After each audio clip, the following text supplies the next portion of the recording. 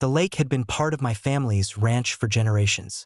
Cool, clear, and stretching for miles, it wasn't just a place for fishing and swimming. It was also the water source that fed my crops and livestock. What most folks didn't realize, though, was that the lake itself only existed because of the dam my grandfather built. Without that dam holding back the river, the lake would be nothing but a muddy trickle. Karen, of course, didn't care about history or ownership. She only cared about appearances. I noticed the problem one morning when I hauled a canoe down to the water and found a brand new chain-link gate installed across the main access path. Fresh padlocks gleamed in the sun, and plastered across it was a laminated HOA notice in all caps.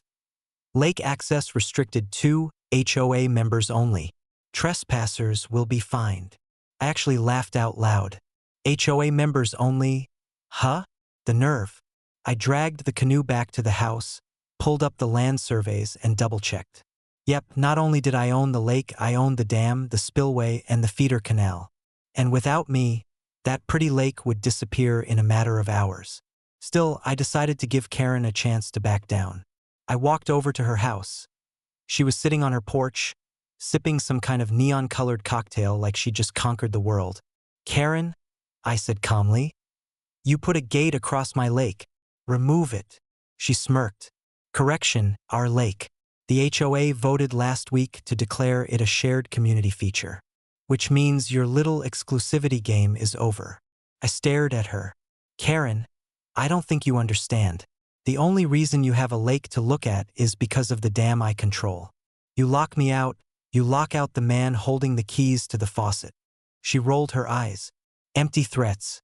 The HOA has jurisdiction now." That was all I needed to hear. The next morning, I called the Water Management Board and filed the necessary forms. By noon, I was standing at the dam, hand on the release wheel. With one slow, steady turn, I cracked the floodgate just enough. The lake began to drop. Slowly at first, then faster. By evening, the shoreline had receded 20 feet. By the next morning, HOA members who'd bragged about their lakefront property were staring at wide, muddy flats littered with fish bones and algae. Docks sat crooked on dry ground. Boats were stranded in the muck. Panic set in fast. Karen stormed up to my ranch gate, red-faced and screaming. "You can't do this. You're destroying our property values." I leaned on the fence, calm as could be. "Correction. Your HOA destroyed your property values when you blocked me from my own lake. The dam is mine. The water is mine. You cut me out.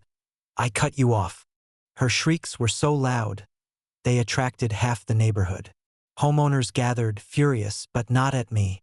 Her. She'd promised them lakeside living, raised their HOA dues for lake beautification projects, and then picked a fight with the one man who controlled the water supply. By the end of the week, the HOA was in chaos. Members demanded Karen's resignation. Lawsuits piled up. The county confirmed what I already knew. Legally, the lake and dam were private property. The HOA had no authority. As for the water, I closed the floodgate a week later, once the HOA formally removed the gate and issued a public apology. Slowly, the lake filled again. Karen disappeared from the board not long after. And just for fun, I had a new sign installed at the dam: dam, private lake. Cross Karen's name off the board, and maybe you can keep the water.